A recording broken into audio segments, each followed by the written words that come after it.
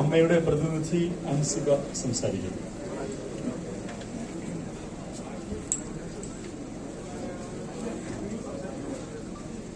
സാധാരണ വരുമ്പോൾ വേദിയിലും സദസ്സിലും ഇരിക്കുന്ന എല്ലാവർക്കും നമസ്കാരം എന്ന് പറഞ്ഞിട്ടാണ് തുടങ്ങിയിട്ടുള്ളത്. ആദ്യമായിട്ടാണ് ഒരു സമരത്തിൽ പങ്കെടുക്കുന്നത്. സമരപന്തലിലുള്ള എല്ലാവർക്കും അഭിവാദ്യങ്ങൾ. ഒരുപാട് സന്തോഷം ഉണ്ട് ഇവിടെ വരാൻ പറ്റിയതിൽ എന്ന് ഞാൻ പറയുന്നു, എല്ലാ പ്രാവശ്യം പറയുന്ന പോലെ തന്നെ. പക്ഷെ വിഷമമുള്ളൊരു കാര്യമാണ് ഒരു സിനിമയുടെ പേര് മാറ്റുക എന്ന് പറയുന്നത്. ജനകന്റെ മകൾ ജാനകി, അങ്ങനെയാണ് നമ്മൾ ചെറുപ്പം തൊട്ടേ പഠിച്ചതല്ലേ. പേരുകൾ കൊണ്ട് എന്തിനാണ് ഇവിടെ ഒരു പ്രശ്നം സൃഷ്ടിക്കുന്നതെന്ന് എനിക്കിതുവരെ മനസ്സിലായിട്ടില്ല. ഇതാണ് നമ്മുടെ Janaki versus state of Kerala. This is state of Kerala. മതേതരത്വമാണ് സ്റ്റേറ്റ് ഓഫ് കേരള എന്ന് പറയുന്നത്. ഇവിടെയുള്ള എല്ലാ മതത്തിൽപ്പെട്ടവരും ഇവിടെ ഉണ്ട്. മതത്തിന്റെ കൂട്ടുപിടിച്ച് അല്ലെങ്കിൽ മതം എന്ന് പറയുന്നത് ഒരിക്കലും വർഗീയത ഉള്ള ഒരു സംഭവമല്ല. ഏത് മതത്തിനെ പറ്റി നമ്മൾ പഠിക്കുകയാണെന്നുണ്ടെങ്കിലും ഏത് മതഗ്രന്ഥങ്ങൾ വായിക്കുകയാണെന്നുണ്ടെങ്കിലും അതിലടങ്ങിയിരിക്കുന്നത് സ്നേഹം, സത്യസന്ധത, നേർവഴിക്ക് പോവുക, നല്ല കാര്യങ്ങൾ മാത്രമേ എല്ലാ മതത്തിലും പറഞ്ഞിട്ടുള്ളൂ. പക്ഷെ വർഗീയത എന്ന് പറയുന്നത് മതങ്ങളിലല്ല ഉള്ളത്, ചില മനുഷ്യർക്കിടയിലാണുള്ളത്. ആ ചില മനുഷ്യർ വിചാരിക്കുമ്പോഴാണ് ഒരു കൂട്ടം മനുഷ്യരെ ഉപദ്രവിക്കുന്നത്. ഒരു സിനിമ തയ്യാറാക്കുന്നത് എത്ര കഷ്ടപ്പെട്ടാണ്. ഞാൻ ഏറ്റവും കൂടുതൽ മനസ്സിലാക്കിയിട്ടുള്ളത്, ഒരു സംവിധായകൻ ഒരു സിനിമ അപ്രോച്ച് ചെയ്ത് ഒരു സിനിമ ഉണ്ടാക്കാൻ 4-5 വർഷമാണ് എടുക്കുന്നത് മിനിമം. ഈ 4-5 വർഷം അദ്ദേഹത്തിന്റെ കഷ്ടപ്പാടാണ് ഒരു സിനിമ ഒരു പ്രൊജക്റ്റായി മാറുന്നത്. അത് കഴിഞ്ഞൊരു പ്രൊഡ്യൂസറെ കണ്ടെത്തി ആ പ്രൊഡ്യൂസറും എവിടെ നിന്നൊക്കെയോ പണം സമാഹരിച്ചിട്ടാണ് ആ സിനിമ പ്രൊഡ്യൂസ് ചെയ്യുന്നത്. ഇതെല്ലാം കഴിഞ്ഞിട്ട് ഇതിന്റെ ഏറ്റവും പ്രധാനപ്പെട്ട ഭാഗം എന്ന് പറയുന്നത് ഈ സിനിമ നല്ല രീതിയിൽ റിലീസ് ചെയ്യുക എന്നുള്ളതാണ്. ഈ സിനിമ നല്ല രീതിയിൽ റിലീസ് ചെയ്യാൻ പറ്റിയാൽ മാത്രമേ ആ സിനിമയ്ക്ക് വിജയം ഉണ്ടാവുകയുള്ളൂ. അത് സത്യസന്ധമായിട്ടുള്ള കാര്യമാണ്. അപ്പോ നമ്മൾ പറയാറുണ്ട് ലേറ്റ് റിലീസ് ആയി കഴിഞ്ഞാൽ സിനിമയെ അത് ബാധിക്കും. കാരണം നമ്മുടെ ദിവസം ദൈനംദിനം ഓരോ കാര്യങ്ങളും മാറിക്കൊണ്ടിരിക്കുകയാണ്. അപ്പൊ മാറ്റങ്ങൾ വരുന്നതനുസരിച്ച് നമുക്ക് ഡിലേ ആയിട്ട് ഒരു സിനിമയും റിലീസ് ചെയ്യാൻ പറ്റില്ല. അപ്പൊ അത് അതിന്റെ ഓൺ ടൈമിൽ വേണം റിലീസ് ചെയ്യാൻ. അപ്പൊ ഒരു റിലീസിനോട് അടുത്തിരിക്കുന്ന ഒരു സിനിമയോട് അതിന്റെ പേര് മാറ്റണം എന്ന് പറഞ്ഞിട്ട് കാണിക്കുന്ന ഈ ഒരു ക്രൂരതയോട് ഒരിക്കലും യോജിച്ചു പോവാൻ ഒരാൾക്കും കഴിയില്ല എന്നുള്ളതാണ് ഏറ്റവും വലിയ സത്യം. ഈ സിനിമ എന്തോരം എഫോർട്ട് എടുത്തിട്ടാണ് ചെയ്യുന്നത്. ഈ സിനിമ എന്ന് മാത്രമല്ല, ഇപ്പൊ ഇതില് പ്രധാന കഥാപാത്രം അവതരിപ്പിച്ച നായക കഥാപാത്രം അല്ലെങ്കിൽ നടൻ എന്ന് പറയുന്ന വ്യക്തി കേന്ദ്രമന്ത്രി കൂടെയാണ്. ഞാനിവിടെ പറയുന്നു, കേന്ദ്രമന്ത്രി ആയതുകൊണ്ട് ഞങ്ങൾ എല്ലാവരും വന്നു എന്ന് ആരും തെറ്റിദ്ധരിക്കരുത്. ആരുടെ സിനിമയായിരുന്നെങ്കിലും ഞങ്ങൾ എല്ലാവരും ഇവിടെ വന്നേനെ. ഇപ്പൊ ഈ നടത്തുന്ന ഈ സമരം ഞങ്ങൾ എല്ലാവരും നടത്തിയത്. ഇവിടെ അങ്ങനെ ഒരു ഡിസ്ക്രിമിനേഷൻ ഉള്ള ഒരു നാടല്ല കേരളം എന്ന് പറയുന്നത്. ഈ കേരളത്തിൽ ഇത്രയും സ്നേഹത്തോടെ, സമാധാനത്തോടെ, സന്തോഷത്തോടെ ജീവിക്കുന്ന ആളുകളാണ്. നാരായം പോലെയുള്ള സിനിമകൾ കണ്ടു വളർന്നവരാണ് നമ്മളല്ലേ.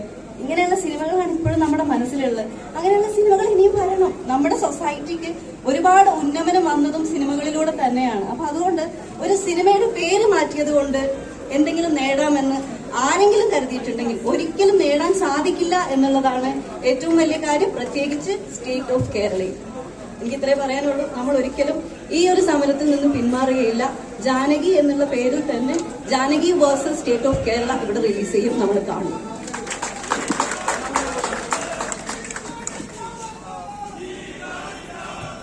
ഞങ്ങളുടെ എറണാകുളത്തു നിന്നുള്ള ഞങ്ങളുടെ തൊഴിലാളികൾ ചലച്ചിത്ര പ്രവർത്തകരാണ് ആവേശപൂർവ്വമായിട്ട് അവർ ഈ സമരപന്തലിലേക്ക് വരികയാണ്.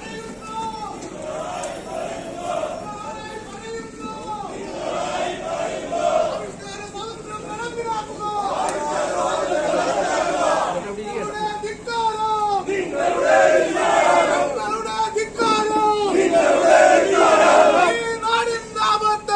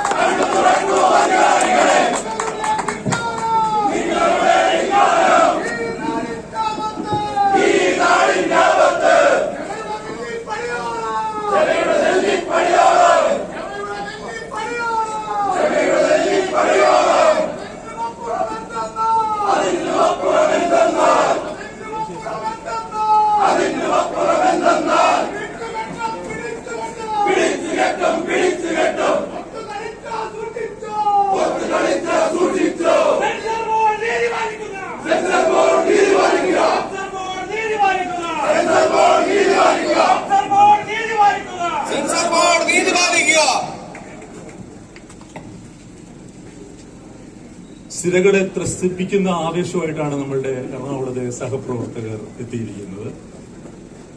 ഒന്നു മാത്രമേ പറയാനുള്ളൂ, ചെവി എത്ര കൊട്ടിയടച്ചാലും ഈ ശബ്ദം കേൾക്കേണ്ടവർ കേൾക്കും കേട്ടോ.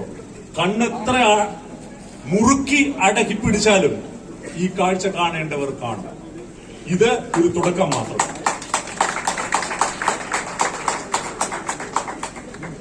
മലയാള സാഹിത്യം കണ്ട എക്കാലത്തെയും ഏറ്റവും വലിയ കവി കുമാരനാശാനാണ്. കുമാരനാശാന്റെ നായികമാർക്ക് വലിയ പ്രത്യേകതകളുണ്ട്. ഭർത്താവ് മരിച്ച് ഏതാനും ആഴ്ചകൾ കഴിഞ്ഞപ്പോൾ ചട്ടങ്ങളെയും നിയമങ്ങളെയും ആചാരങ്ങളെയും വെല്ലുവിളിച്ച് തന്റെ കാമുകനെ തേടി കാട്ടിലേക്ക് പോയ നായികയുടെ പേരാണ് ലീല. അന്നത്തെ കാലം ആലോചിക്കണം.